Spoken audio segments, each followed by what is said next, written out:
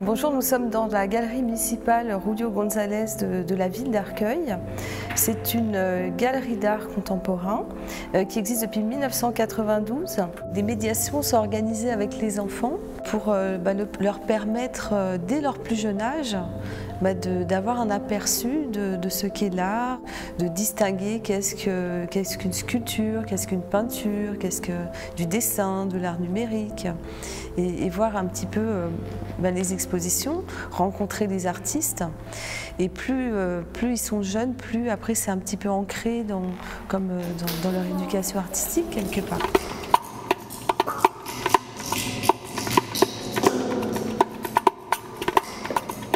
Moi, je suis un musicien arcueillais, donc je suis un peu identifié à Arcueil comme musicien pour avoir proposé mes créations.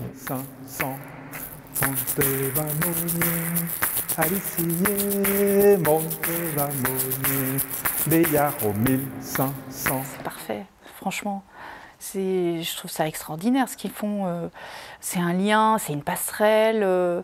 Les enfants, autrement, n'iraient pas à la rencontre de l'art. Les enfants se découvrent aussi et ils ont des tas de choses à raconter, ils se font plaisir. Après, ils demandent à leurs parents de venir. Enfin, il y a une ouverture, il y a finalement une démystification de l'art. On a commencé à parler au mois de juillet de cette idée de double lecture entre l'exposition d'Osman Dinç et puis une performance de musiciens sur les objets exposés. Ce qui fait l'humanité, c'est le mémoire collectif. D'ailleurs, moi, je dis souvent, je fais la recherche de mémoire collective oubliée. Ça m'intéresse, justement, le fait de pouvoir contourner les objets, les visions des objets. L'artiste, par exemple, il a une vision très cosmique des objets. À chaque œuvre, c'est un peu comme je marche dans l'espace et le temps. Lui, il les a conçus comme ça, les objets. Moi, quand je vois l'exposition, c'est pas du tout ce qui me vient à l'esprit dans un premier temps, hein, c'est pas ça. Hein. Mais c'est très bien, voilà. Et c'est ça qui est intéressant avec l'art contemporain, justement, hein, c'est pouvoir faire plusieurs fois le tour des choses, quoi. Et puis en ressortir à chaque fois avec une vision différente.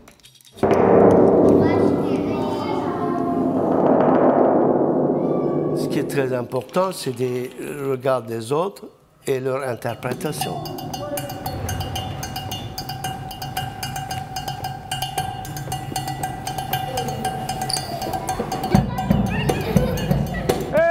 La bagagine.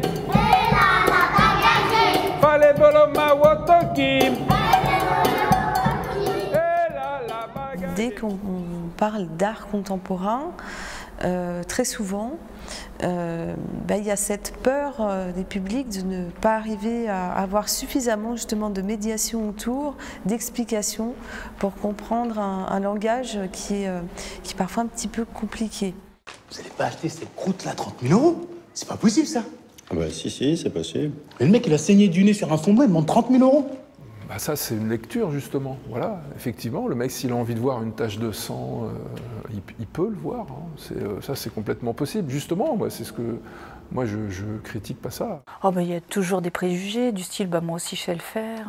Moi, pour 50 €, je vais chez Casto et je vous la fais la trace de mon passage sur Terre. Hein.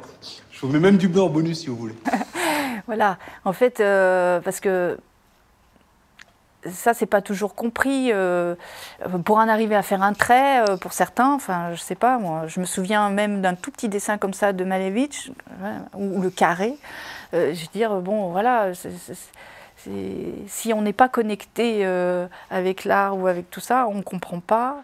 Et Arte, des fois, à 5 h du matin, ils te mettent des programmes culturels. Si tu sais pas que ça s'appelle de la danse contemporaine, tu peux te dire, qu'est-ce qu'ils ont, les pauvres? Il faut envoyer de l'argent? Où est-ce qu'on peut le faire? Qu'est-ce qui se passe?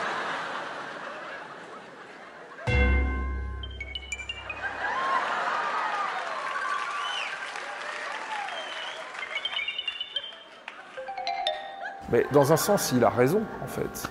Dans un sens, il a raison. C'est aussi ça, l'art contemporain. C'est la transgression, c'est l'autodérision,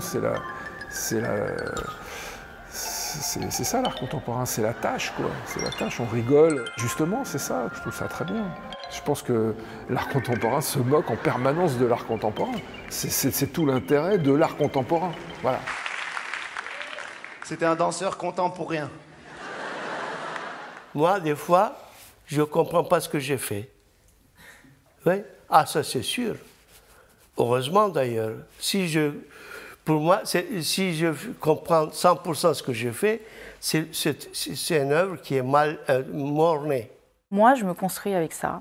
Je me soigne, je me répare, je grandis, c'est sûr. Pour moi, c'est une quête de chaque jour. Chaque jour, je me remets en question. Chaque jour. Donc, en fait, mon objectif, il est plutôt là, c'est d'arriver